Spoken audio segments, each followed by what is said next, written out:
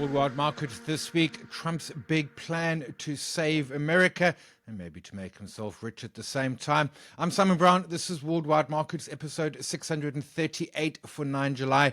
I'm recording Tuesday lunchtime. I'm currently on holiday. I'm in Durban. I'm down here to eat curry, surf, and enjoy warm weather. I haven't had a look at markets, except I do know that we've been slapped with a 30% tariff. What I want to delve into this week is what is the plan? What is President Trump trying to achieve? There's a lot of craziness coming out of the White House, but at the core, there actually is a plan from him and his Treasury Secretary to try and solve the problem. The problem in of itself is a very simple one, right? The problem is they have far too much debt, well north of 30 trillion, and their budget deficit is well above the 3% number. Now, truthfully, a budget deficit should be negative. You should be having a surplus. But let's dig into what's the plan, what's he trying to achieve, where's it got holes, and how might it work? Worldwide Markets, powered by Standard Bank Global Markets and Shift, the global money app, your go-to for travel, shopping, payments,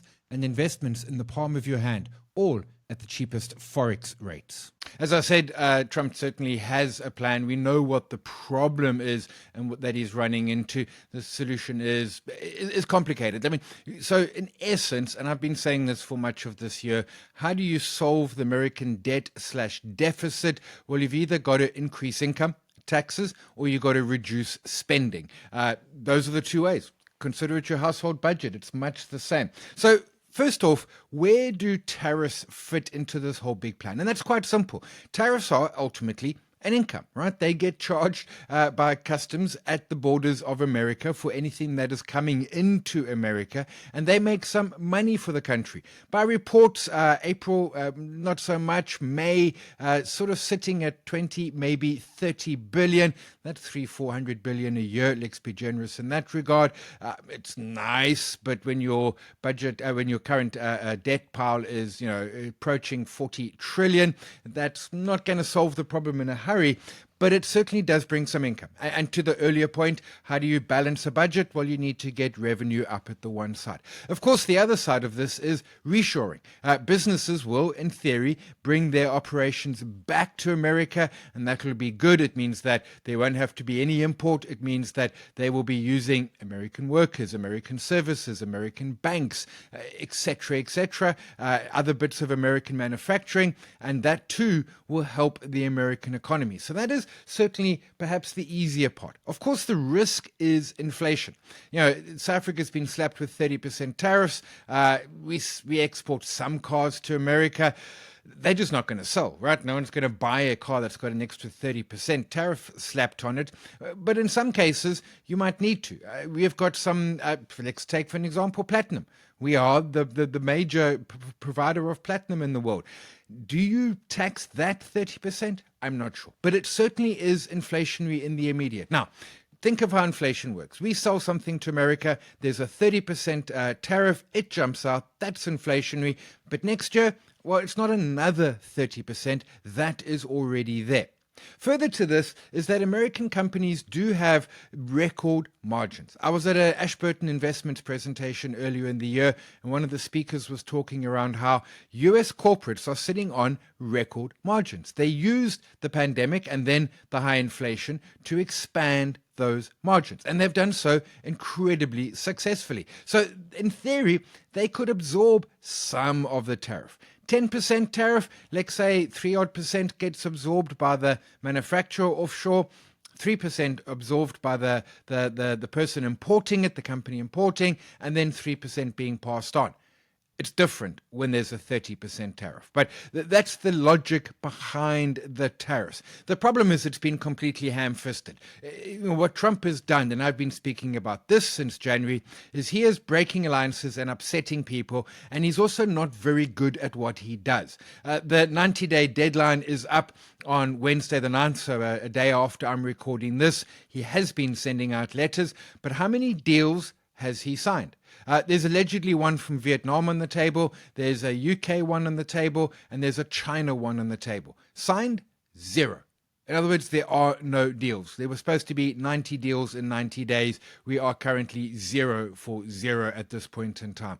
So we're going to see very high tariffs. That does mean that manufacturers around the world who are sending into the US are going to be looking for other markets because they just, 30% tariffs. Ouch. But everyone gets a tariff. You get a tariff, you get a tariff. So the plan behind tariffs is quite simple. Try and get the onshoring happening and create some revenue for US Treasury. The second part of this is around conflicts. And there's a few parts around the conflict. The first, get NATO to start spending their 2 to 3% of budget on military, on defense. That is going to start happening. It absolutely is. He has smashed the alliance in terms of, friendships between America and NATO. He has said he's not sure if he will adhere to the article which says an attack on one member is an attack on all members. He's, alienated their two biggest trading partners, Mexico and Canada. And that's part of what I mean by the ham-fisted. A lot of what's in this list from Trump is, okay, you can see the sense in it. Sometimes you need to squint, but it is there. But in the case of managing the relationships, Trump is terrible. In the case of doing the deals, well, he hasn't done any. I mean, that's just quite clear. But he is getting NATO to spend more money. And that maybe is more because of the Russian invasion of Ukraine and his saying, you know what, guys, you're on your own. The other point, of course, is to exit conflicts. Ukraine is largely going to stop getting money from the US. They've been getting bucket loads, and he's going to be like, nope, not going to happen. Not spending that money. Europe must do it. Now, Europe has the money. Europe can certainly step up. That certainly saves money there. The Middle East is more complicated, most notably Israel, Iran. I actually don't know what's happening there. I've been offline since late last week. I don't know if there's been any advances. Israel, Gaza, same story there. A huge expense, but I think that will continue going. The other part of the conflict part is then mineral deals. Remember, Ukraine, they went and they said, look, we're happy to talk peace, but here's a mineral deal. He's been trying to negotiate some peace in Central Africa. Same story. They need to secure the minerals because particularly in some cases, China's got minerals and China's like, heck, if you're going to be tariffing the heck out of us, we are going to tariff you back. Rare earths and the like suddenly get hit. So a lot of mineral deals to secure the mineral rights in what is becoming a more fractious geopolitical situation the world over. Next is to reduce spending. This is an obvious one. So first there was Doge with Elon Musk, which was going to cut the spending by $2 trillion. They didn't even get to 200 billion. They maybe got to 100 billion. A couple of things here. It tells us that the American federal government is actually highly efficient. Now, sure, I mean, they decimated USAID. I'll come back to that in a second in the soft power. But there wasn't much to find. Bill Clinton went through an exercise in the 90s. The federal workforce had been about 3 million. He cut it to about 2 million. It took about 5 years. He did it via Congress. It worked very efficiently. As I say, it took about 5 years. The Doge was theatrics and a complete and utter disaster and hasn't solved anything. It cut money from the weather services and our floods in Texas. Was that because of lack of early warning? I don't know. But USAID, does America directly benefit from it?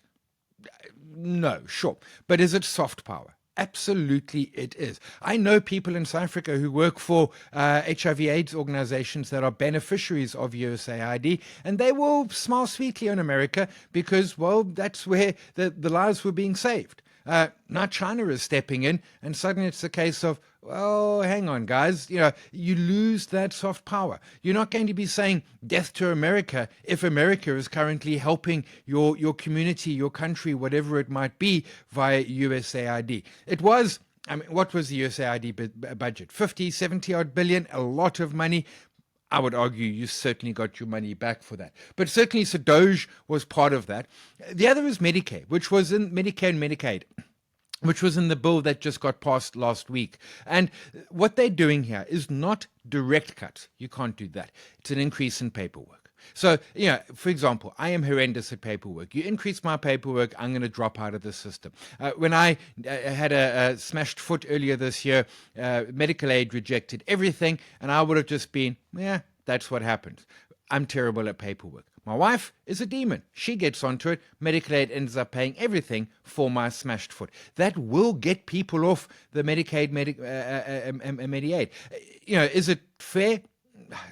A lot of what Trump is doing involves cruelty. Let's be clear about that. But it will reduce some of the costs here. Again, was there massive waste? No, Doge didn't find any waste lurking in that regard. So there's also things, for example, the EV rebates, which has massively helped Tesla.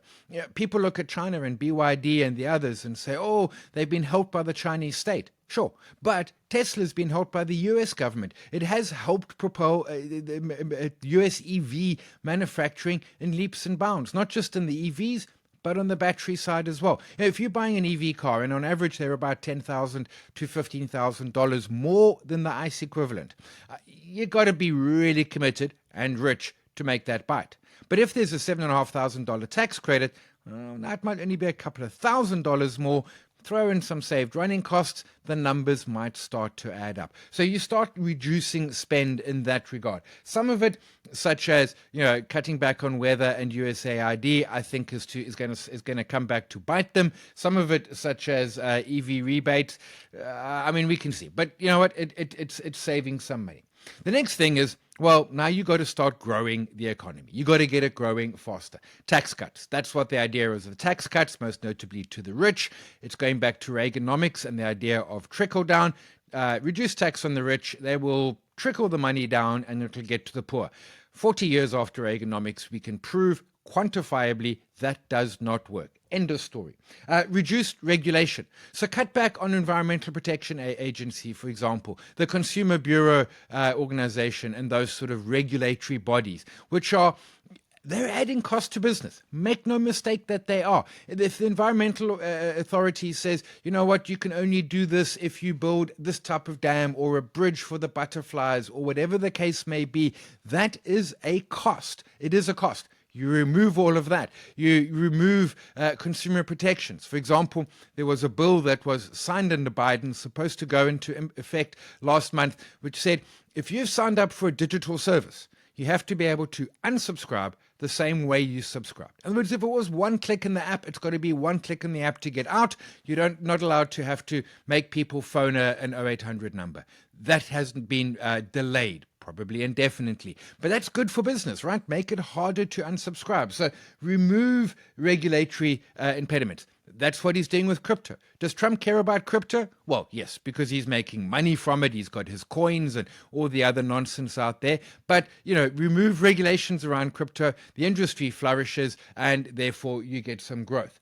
You get some onshoring from the tariffs. That certainly helps. And then, of course, you want lower rates. You want lower rates in two spaces. You need lower rates on your debt instruments, on US Treasuries. And I checked this before I started recording. The 10-year is back above 4.5. It was below, it was right, 4.219. When I checked about a week ago, it's back above, 4.4, not 4.5. That is hurting. You want lower rates, but you also want lower prime, which is why the pressure on Jerome Powell. Of course, if Powell and his team start cutting rates ahead of when they should be, if they go too fast, that is potentially inflationary. And then inflation rears its head again. Trump either doesn't understand inflation or doesn't care about inflation. I'm not sure which it is. But that's why whoever the next chair of the FOMC is going to be hugely important. Will they do what Burns did under Nixon in the 70s, where he cut rates when they shouldn't have, and that led to the highest inflation that America had seen forever and a day? He also wants cheap energy. So it's fracking, it's oil pipelines, again, removing regulation. It's friendships with Saudi Arabia, the trip he did there and all the deals being signed, Saudi Arabia, Qatar, all those oil-producing nations. It's friendships with Russia. Now, America doesn't buy Russian oil, but that Russian oil needs to be flowing. And that's hugely important. And that's why the whole Ukraine war, he doesn't want to spend the money on it. And he doesn't want to sanction Russia too much because the Russian oil needs to flow. Not because America buys it, but because China and India are buying it, and that then keeps oil prices down. But he needs OPEC and Saudi Arabia on his side, and I think he's going to get that, and that will then give him cheap energy. And then at the end of it all comes what has been touted as the Mar-a-Lago Accord. And the idea behind the Mar-a-Lago Accord is that Trump gets the ally countries, tier one ally countries, to come to Mar-a-Lago. Who would that be? Well, it would be Qatar, Saudi Arabia, the UK, I suppose. European Union, I don't know about that. We're not going to be invited as South Africa. But the Mar-a-Lago Accord would say to these economies, and frankly, he needs China and Japan there, but he's not going to get either of them. He needs to say to them, you know what, I want a little weaker dollar, but I need you to not let it get too weak. I need you to help with that, and I need you to continue buying U.S. treasuries. Because remember treasuries, if price is up from buying, then yields are down. He needs that buying of the U.S. treasuries.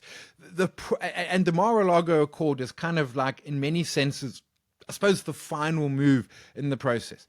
The problem is that, as I say, he needs, forget China. I mean, China, he just dislikes. There's undoubtedly a cold type of war going on between those two.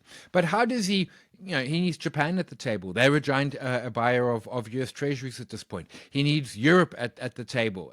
And I'm not sure how much he can get that from them. The other parts of it, of course, is immigration. Immigration's actually good for America, to be quite clear.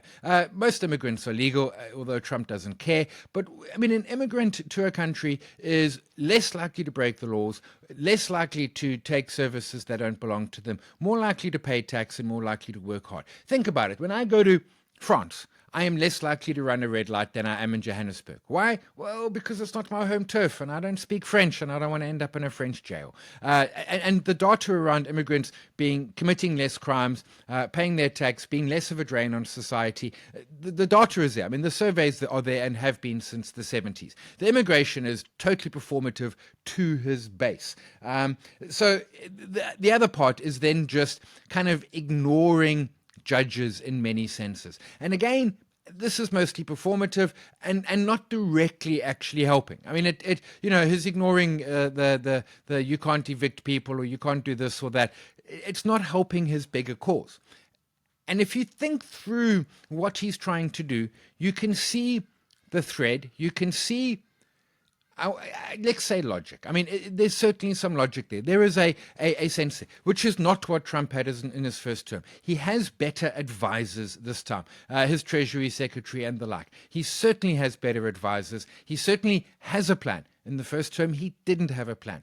His problem is execution. 90 deals in 90 days. Nothing happened. Everything is always in 2 weeks. In his first term, the infrastructure deal, the appeal, the replacement for Obamacare, in 2 weeks. None of them happened, not over 4 years.